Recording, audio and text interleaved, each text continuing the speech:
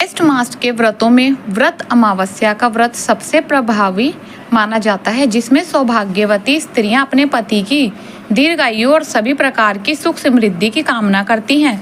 इस दिन स्त्रियां व्रत रखकर वट वृक्ष के पास पहुंचकर धूप दीप नैवेद्य से पूजा करती हैं तथा रोली और अक्षत अर्पित करके वट वृक्ष पर कच्चा सूत या कलावा बांधती हैं। साथ ही हाथ जोड़कर वृक्ष की 5, 7, 11 या 108 परिक्रमा करती हैं, जिससे पति की जीवन में आने वाली अदृश्य बाधाएं दूर होती हैं तथा सुख समृद्धि के साथ ही लंबी उम्र प्राप्त होती है।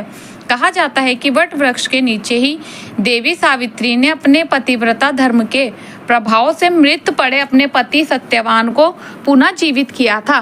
तभी से इस व्रत को वट सावित्री व्रत से नाम से जाना जाता है। इसमें वट सावित्री व्रत की श्रद्धा भक्ति के साथ पूजा की जाती है। महिलाएं अपने अखंड सौभाग्य और कल्याण के लिए इस व्रत को रखती हैं। इस व्रत के नियमों का पालन त्रयोदशी से लेकर ज्येष्ठ मास के कृष्ण पक्ष की त्रयोदशी से लेकर अमावस्या तक 3 दिनों तक उपवास रखा जाता है। देवी सावित्री ने भी त्रिरात्रि व्रत रखकर अमावस्या के दिन व्रत रखकर फिर व्रत का पारण किया था।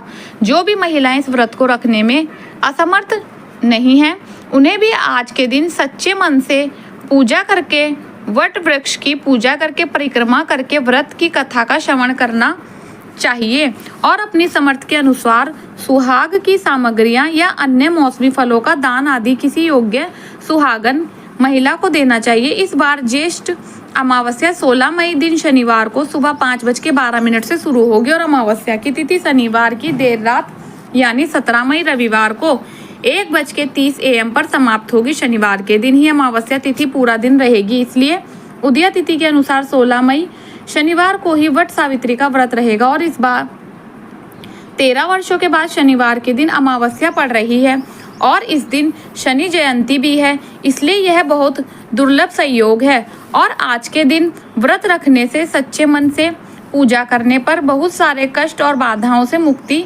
पा जा सकती है। वट सावित्री पूजा की पूजा कई लोग बहुत सुबह के समय करते हैं। कुछ जगह पर दोपहर के समय मुख्य पूजा होती है और शाम के समय भी दीपदान आदि करके फिर व्रत का पारण कर लिया जाता है।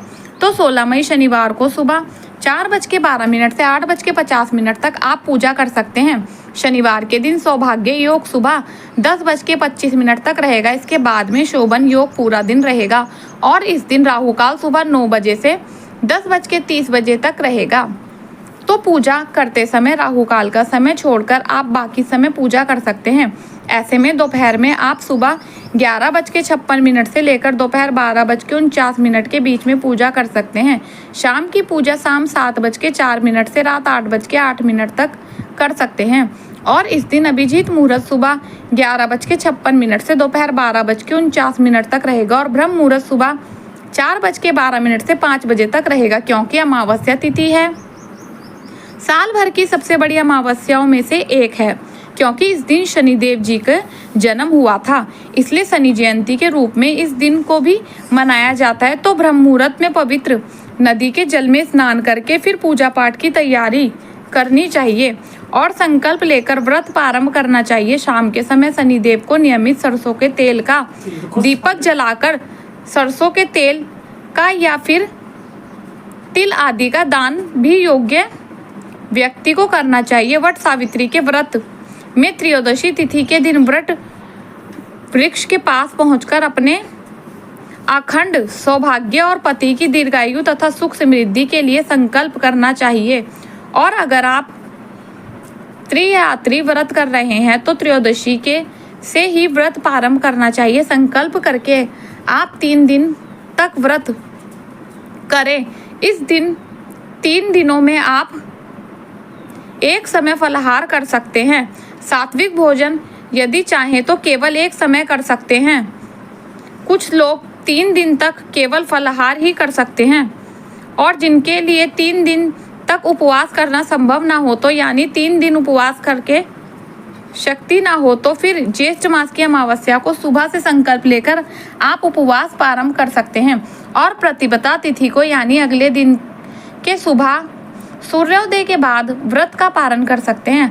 अमावस्या तिथि को 1 बांस की कटोरी में सप्त अनाज के ऊपर श्री ब्रह्मा जी और श्री ब्रह्मा जी की सावित्री, श्री ब्रह्मा जी और ब्रह्म जी सावित्री तथा दूसरी टोकरी में सत्यवान और सावित्री की प्रतिमा स्थापित करके वट वृक्ष के समीप जाकर यथाविधि पूजन करना चाहिए।